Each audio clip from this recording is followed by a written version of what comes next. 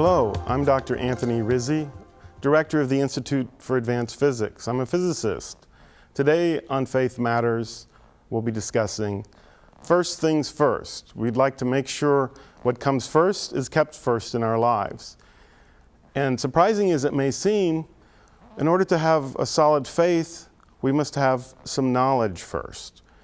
And to give you an example, if I were to tell you what happened to me today, in order for you even to be able to believe me, you would first have to know a bunch of things about people and about the places that I had been, at least in some way, that knowing what buildings are and walls are and the things that can happen, so that you would be able to understand when I explain to you what happened and then have the possibility of believing me. So before faith comes a certain knowledge, the knowledge that we've gotten through the nature that God has given us, through the minds and senses that God has given us. And everything comes to us, even into our minds, through our senses. And what's the first thing we know?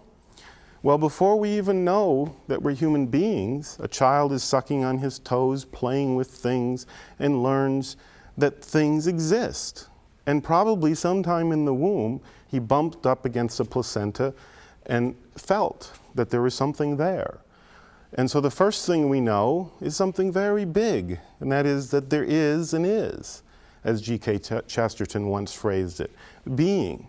And being is the heart of our knowledge. Our knowledge is about conforming ourselves to things that are.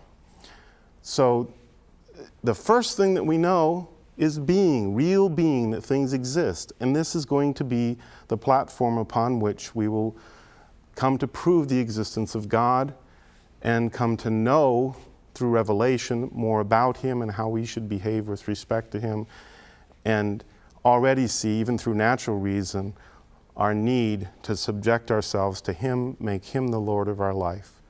Thank you for listening. This has been Faith Matters.